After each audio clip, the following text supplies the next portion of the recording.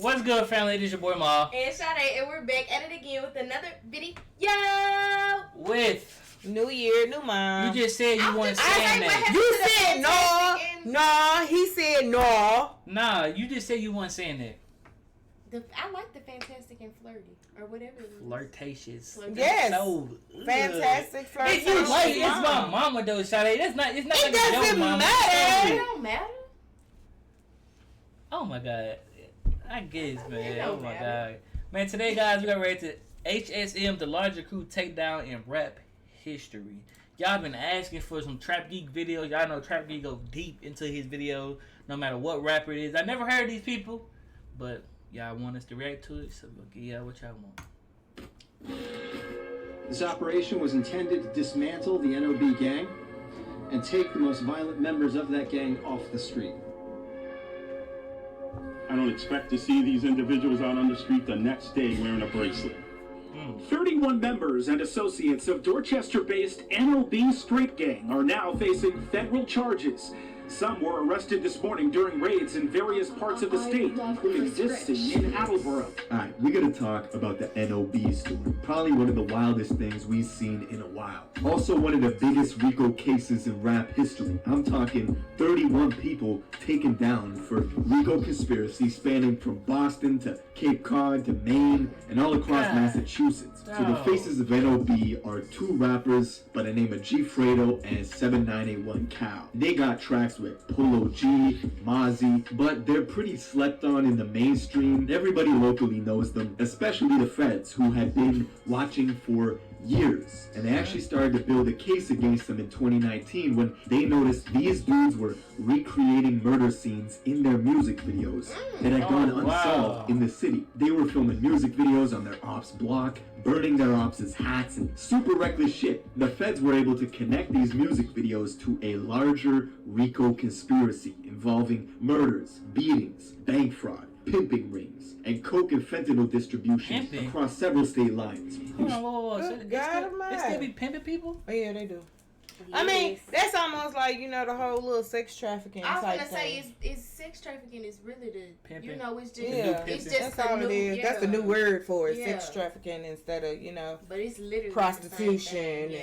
All about this. Hey. In fact, a couple of them were wearing GPS bracelets while committing their alleged.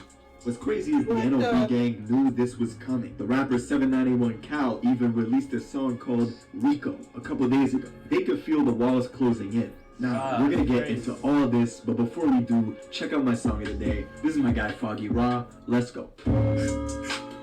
Stands for the 3 streets particular in Boston called Dorchester, and this is the home of the NOB gang. Now, NOB stands for the 3 streets that they rep: Norton, Olney, and Berry Street. And they've had this huge beef with 2 blocks that are literally 5 minutes away from them in both directions. Hughes Avenue to the south and Kehe'Mal Street to the east. Now what's crazy is most, if not all, the members of NOB are Cape Verdean. See, a lot of people don't know this, but Boston and the surrounding areas in Massachusetts have the highest Cape Verdean population outside of Cape Verde in the world, because a lot of folks from Cape Verde migrated to Massachusetts to take part in the whaling industry, where they would go off to the sea hunting for whales for their oil, meat, and whalebone, which that was big business till the 1920s. Then the industry died out. Boston became super gentrified, making rent literally the 3rd most expensive in America, pushing people into hoods. And you ended up with these triple-decker houses, many of which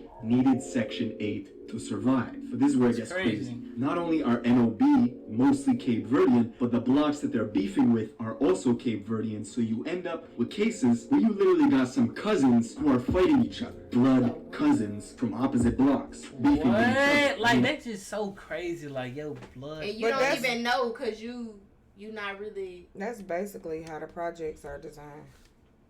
What, to kill each other? Not even that, like, they made the projects it was like a study, you know what I'm saying, to see. They did it with rats, but they wanted to see if you're able to get out, you know what I'm saying. Like, the whole object of you being in the projects, they don't want you to come out. They want the community just to build around each other, you know what I'm saying. So it's like you're gonna have brothers, sisters, cousins all in the same community.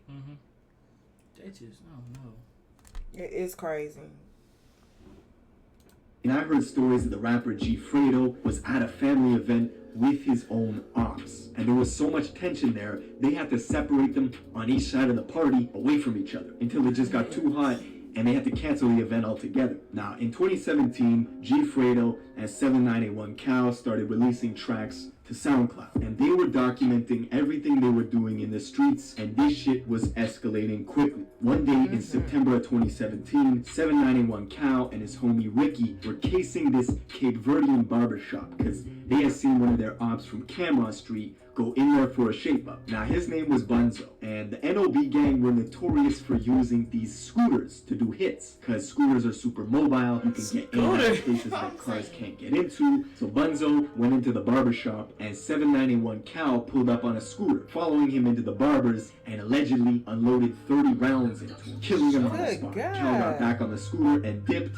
The only problem for them was, at the time, his homie Ricky, who was casing the barbershop with him, was court-ordered to wear a GPS monitor, which gave the Boston PD the GPS info of him driving past the barbershop multiple times before Bunzo was murdered. So the police got all that GPS data to prove that he's doing reconnaissance for the murder. Now, the state didn't act on it right away. Maybe it wasn't enough evidence. Maybe they weren't piecing that together, I don't know, and the shit continued to get violent. Right after they killed this guy Bunzo, Cal and Fredo made the song Dead Ops, and they were just taunting Cameron Street. And what's wild about the music is Fredo and Cal are getting hundreds of thousands of listens on SoundCloud. Meanwhile, their rivals from Cameron Street got no music, none. It's like a one-sided battle in the booth, right? They're beating up on them on the tracks, basically controlling the narrative. And while all this is going on, the NOB gang was spreading their enterprise. They opened up some trap houses where they were packing up heroin, fentanyl, coke, and they had a huge customer network that went as far as Cape Cod in one direction and Maine in the other. If one of the NOB members got booked, someone would take their place, and the money would get relayed back to 791 Cal, who would pay for their lawyers, give them canteen money. I even heard stories of Cal and Fredo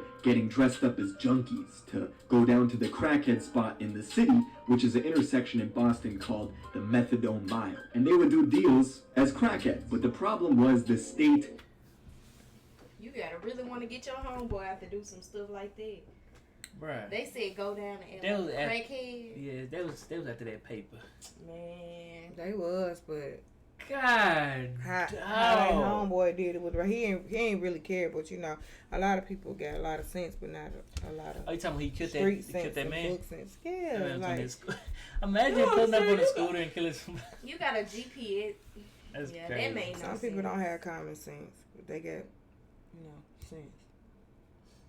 sense. You set your own self up for that. Yeah, you really did. That's crazy.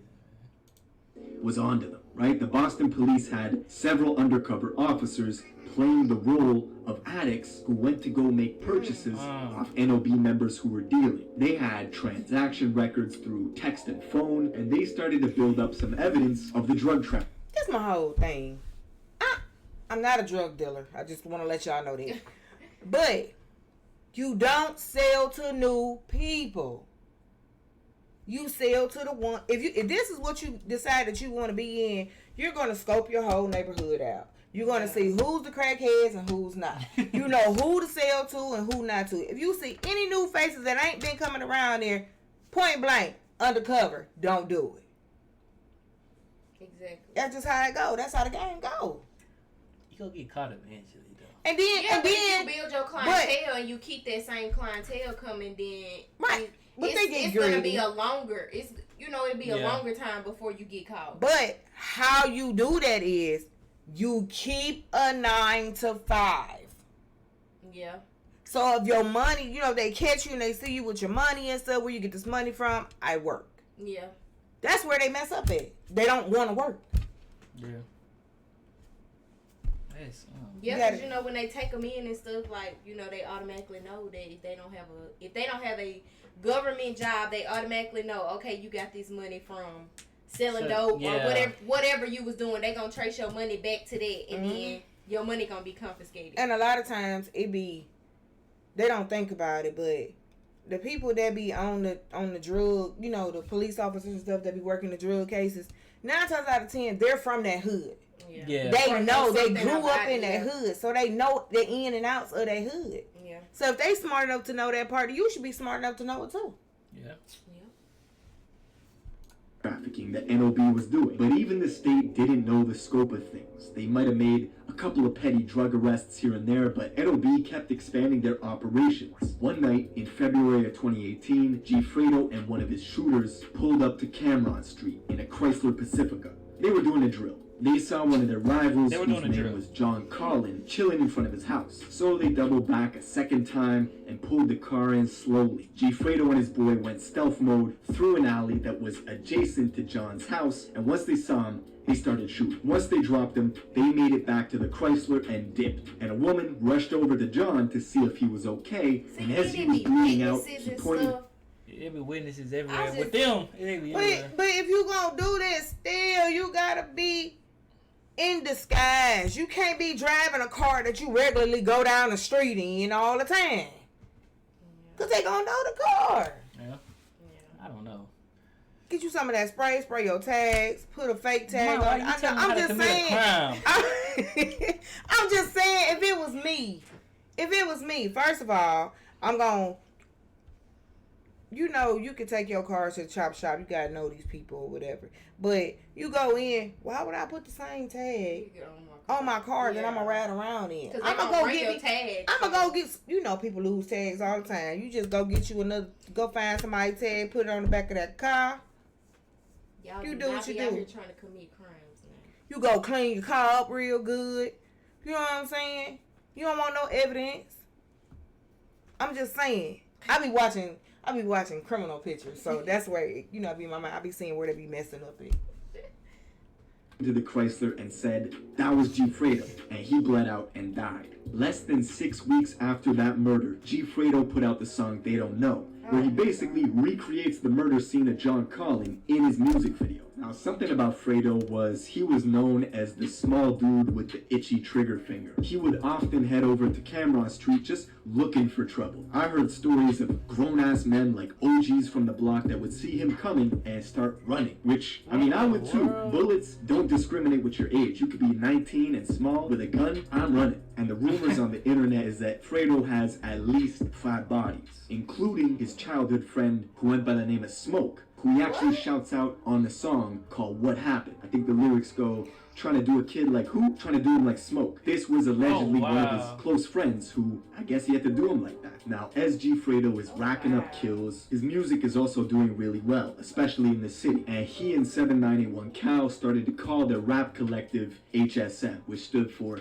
Headshot Mafia. Basically, you couldn't join unless you got a body. Now, as the music was picking up speed, the Boston police were starting to tap in a little more. They actually set up surveillance at NOB territories and Cameron Street territories just to try and reduce the killings. In March of 2018, less than 2 months after the murder of John Collin, investigators were conducting surveillance near Fredo's place. They saw Fredo get picked up in a rented SUV, driving towards a residential neighborhood associated with Cameron Street. And the only reason for NOB members to be driving to that area was clearly they were looking to do drills, right? But they noticed they were being tailed by police, so they started to drive and swerve in a way to get them off their trail. This led to a high-speed chase where Fredo was in the back seat and tossed the guns out the window of the SUV somewhere on the highway, dipping in and out of traffic until eventually the cops pulled them over and arrested everybody. Now, a couple people got booked, but nothing too serious. And it wasn't until the summer of 2019 where the Boston police said, listen, this is getting out of control. We need bigger guns. So they called in the feds to assist in the investigation. Now, in July of 2019, a kid was headshot by an NOB member. And 2 days after he died, Fredo released the video for the song Die Hard.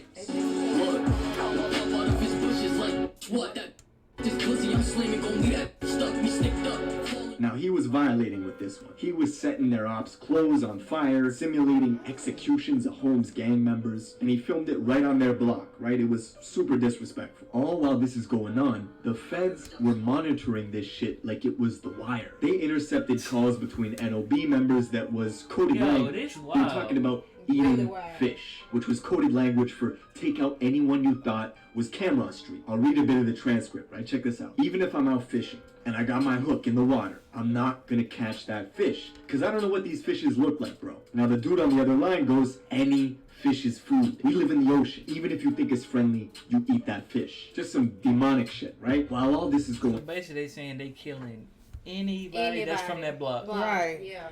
Not even thinking twice about it. Just whatever. That's messed up, bro.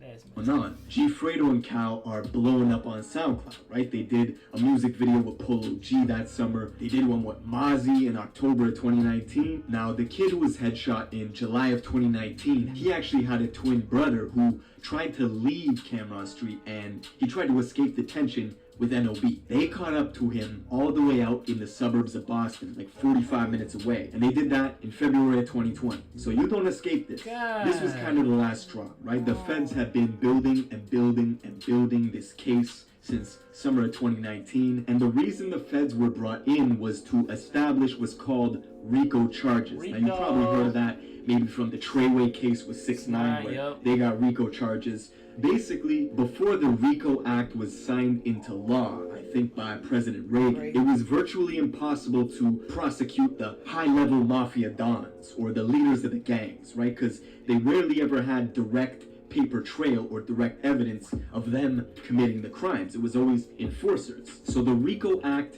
let the government charge everybody as a criminal organization responsible for the individual actions people inside that gang took. So basically, if somebody got a murder, if somebody if somebody could, admit they did this murder, everybody get that murder. Yeah.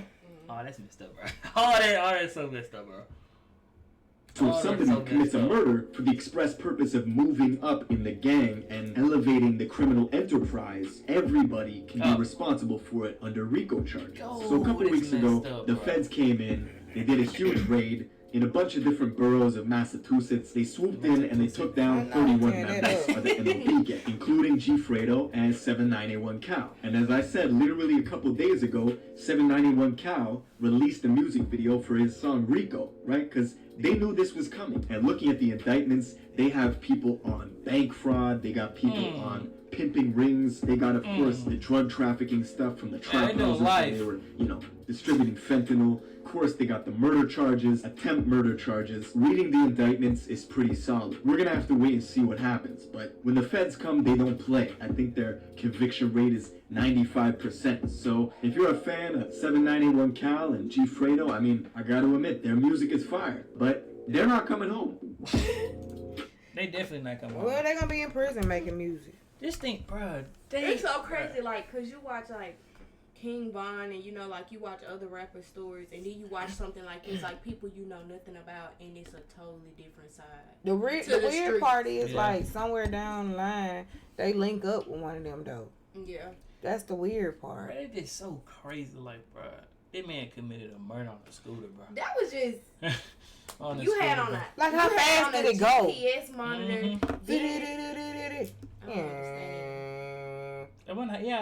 You had a GPS monitor. You know the feds lurking on you. Then you was making songs. Like, you went back and re-acting it out. Like doing this stuff again. They wanted to get caught. Them the people who just really, see, you gotta watch how they move, though. Them be the ones that really don't care because maybe they are trying to go to jail. Why? Because it's maybe somebody that's their head man or something that may be already in jail that they trying to knock. Yeah. A lot of them do that just to get in. Once they get in and knock that person, they feel like, shit, I done conquered the world. Oh, no. You know what I'm saying? I done got y'all big man. It ain't nothing y'all can do. Nah, I'm the man. But you the man in jail. Yeah.